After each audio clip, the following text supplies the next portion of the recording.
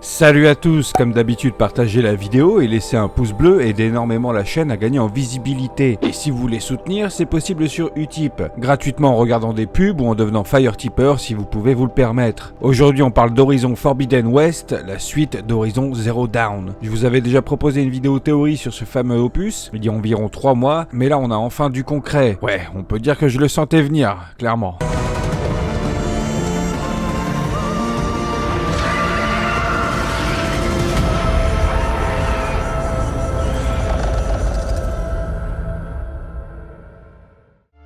Durant la soirée du jeudi 11 juin, Sony a lâché un gros live regroupant énormément d'annonces, de trailers de jeux inédits avec à la fin la révélation de la nouvelle console. C'était un live largement digne d'une conférence de l'E3. On part sur un petit listing des jeux que j'ai retenu du live et ensuite on passe à l'analyse du trailer d'Horizon 2. Bon, forcément en premier le nouveau Marvel Spider-Man Miles Morales, qui fait énormément débat sur les réseaux car il serait soi-disant qu'un simple gros portage du jeu sorti sur PS4 avec seulement quelques ajouts et le fait de jouer Morales et pas Parker. Au vu de la fin du jeu sur PS4, il est plus qu'évident que ce nouveau jeu y fait suite, mais pas directement. Vu comment ça s'annonce, il faudra vraiment que l'histoire m'intéresse pour que je l'achète. Sans quoi je m'abstiendrai largement, vu la qualité des DLC du jeu PS4, je me ferai pas avoir une deuxième fois. Projet Atia, qui nous présente un contexte un peu flou, un personnage principal féminin. On est clairement sur un jeu d'aventure assez mystique, le jeu a été créé spécialement pour la PS5, mais sera aussi disponible par la suite sur PC. On a eu un expert en jeux vidéo sur Twitter qui est venu avec son Sony ils disent Designed for PS5, mais en vrai il sera aussi sur PC. Oh là là, Sony ils sont vraiment trompeurs dans leurs vidéos. Ok l'expert à Miami, c'est fou la mauvaise foi des gens sur internet. Ratchet & Clank Rift Apart,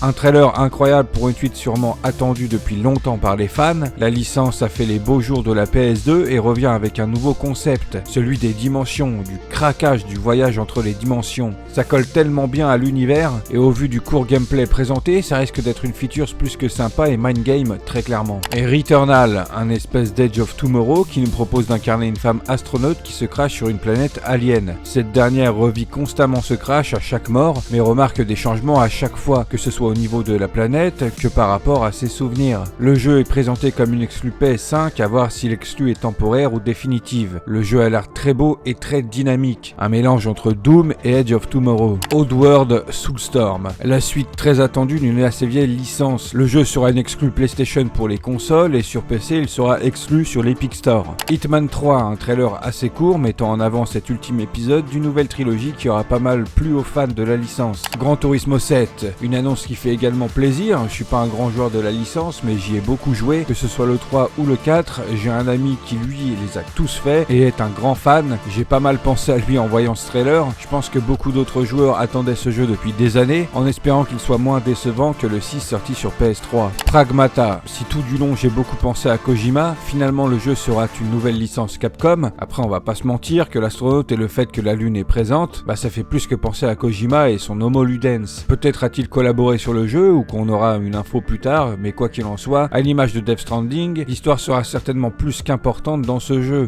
Hâte de voir plus d'infos. Et quitte à parler Capcom, autant parler de Resident Evil 8 qui a clairement étonné un grand nombre de personnes. Bon, même si les premières secondes nous donnent un gros indice avec la police d'écriture, tout le trailer nous propose un univers, un village dans une ambiance horreur, plus qu'une ambiance zombie. On y voit des sorcières et un loup-garou, forcément ça induit largement en erreur. La transition du titre village pour Resident Evil 8 était magnifique, et la scène de fin avec le retour de Chris aussi, mais clairement on s'éloigne encore plus des zombies avec ce nouvel opus. Et on va pas se mentir, à mon avis ça va pas plaire à tous les fans de la licence, et je les comprends, faudrait vraiment changer le titre des jeux à la limite. Et enfin, le reveal de la console PlayStation 5. Autant vous dire que j'étais mais comme un dingue, j'aime beaucoup le design mais j'espère qu'une version tout en noir sera également disponible. Ça a toujours été le cas, pareil pour la manette. J'ai très hâte également d'avoir plus d'infos sur la console, sa date de sortie, son prix et surtout son nombre de gigas dispo en stockage. Je pouvais pas en faire une vidéo à part entière, mais voilà en somme ma réaction de ce live PlayStation 5. Des trailers, des jeux intéressants, le reveal de la console qui fait bien plaisir, mais ce qui nous intéresse nous pour cette vidéo en particulier, c'est le dernier trailer jeu vidéo du live. Un trailer qui m'a clairement foutu les larmes aux yeux. Horizon Forbidden West.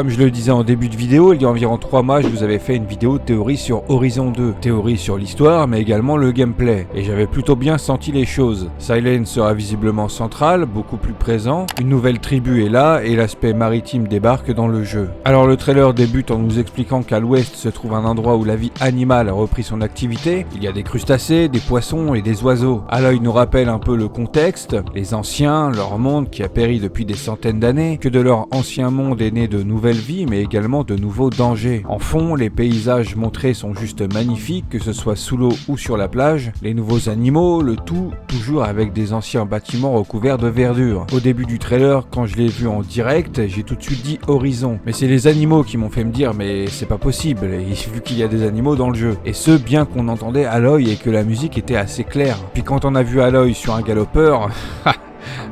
C'était vraiment intense. Cette dernière qui explore donc ce nouveau territoire, elle tombe sur un renard qui est visiblement blessé, tandis qu'en voix, Aloy dit devoir trouver une solution pour stopper ce nouveau danger, qui a l'air d'être hostile pour les animaux. Elle remarque quelque chose de bizarre avec cette plante, cette herbe rouge, qui serait liée à ce fameux nouveau danger, sûrement une espèce d'infection créée, pourquoi pas par Hadès, en tout cas c'est ma théorie. On voit ensuite une des nouvelles machines, une tortue géante, autant dire que j'étais agréablement surpris, globalement avec les nouvelles machines durant ce trailer.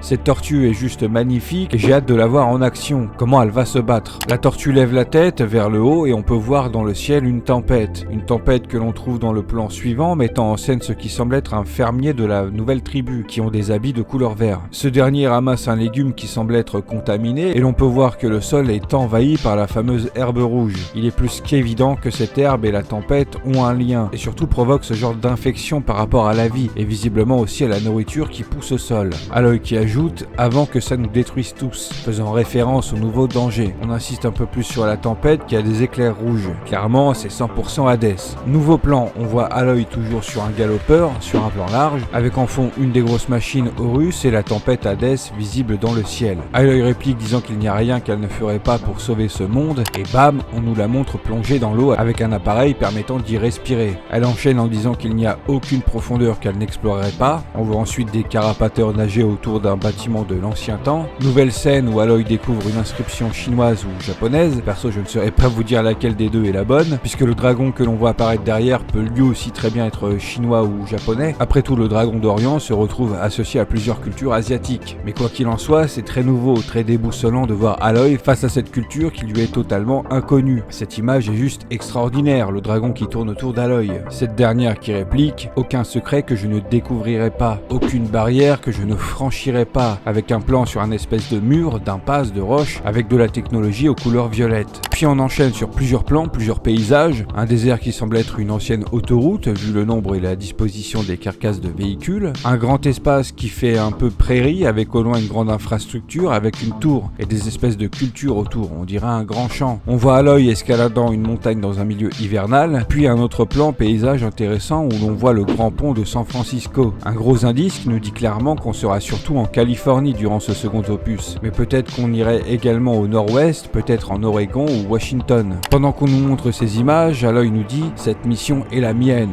et à personne d'autre. Si je tombe, si j'échoue, il n'y aura plus personne pour stopper ce qui va arriver. » Cette phrase se finit sur la vision de 3 étoiles filantes rouges que Silence regarde dans le ciel. Ce dernier se retourne et regarde des guerriers de la nouvelle tribu verte dompter une machine, ce qui semble être un mastodonte. Un des guerriers pose son bâton à la manière d'Aloy pour convertir les machines, donnant une couleur non pas bleue, mais jaune à la machine. Nouveau gros plan partant d'une Aloy sur galopeur pour finir en l'air, nous montrant un plan sur ce qui reste de la ville de San Francisco avec une nouvelle machine, cette fois-ci volante, ressemblant au dinosaure Pteranodon, qui serait je pense des machines montables pour Aloy, confirmant ainsi ma théorie des montures volantes dans ce nouvel opus. Suivi bien évidemment du reveal du titre de cet opus. On garde Horizon, mais cette fois-ci il ne s'agit plus du projet Zero Dawn, mais bien de Forbidden West, faisant je pense référence à ce côté des États-Unis sûrement oublié des peuples entourant le territoire où l'on évoluait dans le premier, avec en plus l'existence des animaux. Après, dernière séquence séquence, des guerriers de la tribu verte en mode énervé, à base de cuts dynamiques, puis un plan sur de nouvelles machines, encore une fois, en mode éléphant, et on finit sur Aloy prêt à tirer sa flèche dans leur direction. Et cette dernière envoie, concluant le tout par « Mais peu importe ce qui arrivera, je serai prête ». On a le logo de Gorilla et ensuite les crédits de Sony avec la date 2020. Alors fort moyen que ces dates ne concernent que Sony en général, et pas le jeu en particulier. Personnellement, pourquoi pas une sortie pour fin 2020 avec la sortie de la nouvelle console, mais j'ai un peu de mal à y croire. À voir dans les mois à venir si du gameplay pop et qu'une date de sortie est annoncée. En tout cas, ce trailer m'a énormément plu, forcément je l'attendais depuis un bail. Le fait de voir les animaux m'a pas mal surpris, les nouvelles machines me plaisent énormément, surtout la tortue, je la trouve magnifique. En ce qui concerne l'histoire, on comprend donc que Aloy est parti dans l'ouest, il a découvert la vie animale, mais aussi une menace qui gangrène ce nouveau territoire et atteint la vie de certaines des espèces présentes. Aloy va donc chercher à trouver la source de cette menace et la supprimer tout simplement. Encore une fois, vu la couleur des herbes et des éclairs de la tempête, je pense qu'il s'agit d'Hadès. Maintenant, est-ce que Hades sera la seule menace du jeu? On voit bien que non. La nouvelle tribu vêtue de vert semble être assez hostile et surtout plus ou moins l'idée supervisée par Silence. Peut-être a-t-il su dire les bons mots pour se les approprier. Durant le trailer, on voit l'un d'eux constater que ces cultures sont atteintes et donc non comestibles. Peut-être que Silence ment au peuple de la tribu pour les obliger à se battre contre Aloy. Peut-être que certains de cette tribu ne seront pas totalement hostiles aussi envers Aloy après avoir vu qu'elle était là pour les aider. Par rapport au gameplay avec ce qu'on nous a montré, hormis le côté sous-marin ajouter les nouvelles machines, pas grand chose. Le reste n'est qu'hypothétique, comme les possibles montures volantes. J'imagine également que la map sera au moins plus grande que celle du premier opus. En tout cas, dès qu'une vidéo de gameplay débarque, je ferai très certainement une vidéo analyse également. Quoi qu'il en soit, dites-moi en commentaire ce que vous avez pensé de ce premier trailer d'Horizon Forbidden West. Est-ce que vous aussi vous avez été agréablement surpris et êtes aussi hypé que moi à l'idée de se replonger dans l'univers d'Aloy? Abonnez-vous à la chaîne si ce n'est pas déjà fait, cochez sur la cloche YouTube pour ne pas louper les prochaines vidéos. Si à raison vous ne faites pas entièrement confiance en cette cloche, rejoignez-moi sur Twitter, j'y suis très actif. Je suis également sur Instagram, je fais des lives sur Twitch et un serveur Discord est à votre disposition. Sur ce, je vous dis à bientôt pour une prochaine vidéo.